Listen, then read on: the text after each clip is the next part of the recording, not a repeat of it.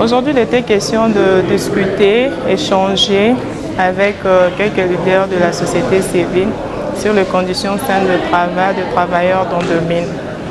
Donc, depuis 2022, Si Jeunesse avait ensemble avec Étoile du Sud, on met en œuvre un programme dénommé Approche fondée sur le droit humain qui vise à améliorer les conditions saines de travail des travailleurs et ça épingle deux cibles, prestateurs de soins ainsi que de travailleurs dans le domaine. Aujourd'hui, il était question de présenter uniquement les résultats de ce que nous avons eu à accumuler pendant au moins 2 ans de mise en œuvre avec l'appui technique et financier de Viva Salud, notre partenaire,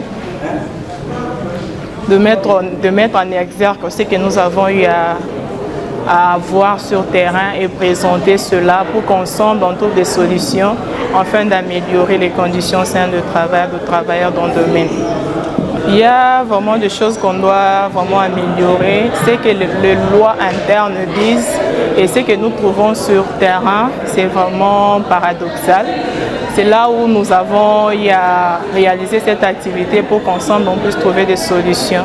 Donc sur terrain, nous avons trouvé qu'il y a des femmes qui travaillent mais elles ne sont pas protégées, des travailleurs hommes ou femmes ils ne sont pas protégés et les enfants même, ils sont aussi pour cause de la précarité. Donc par manque de fonds, par manque de moyens de subsistance, tous ces enfants-là n'arrivent pas à aller dans les écoles, où c'est là où leur endroit dédié, mais ils n'arrivent pas à fréquenter les établissements scolaires par manque d'argent. Ce qui fait que les conditions sur terrain, c'est vraiment précaire. Nous demandons aux décideurs de s'impliquer dans cette situation pour améliorer les conditions de travail saines. La prochaine étape, aujourd'hui, on avait uniquement le travailleur, on avait ciblé juste pour les gens de mine. Et demain, on aura le prestataire de soins où on va réunir aussi le syndicat ainsi que quelques organisations féminines qui défendent les droits de femmes, médecins ainsi que des infirmières et sages-femmes. Nous allons discuter avec eux ensemble quelles sont les conditions, quelles sont les solutions on peut mettre en œuvre pour répondre à leurs besoins efficacement.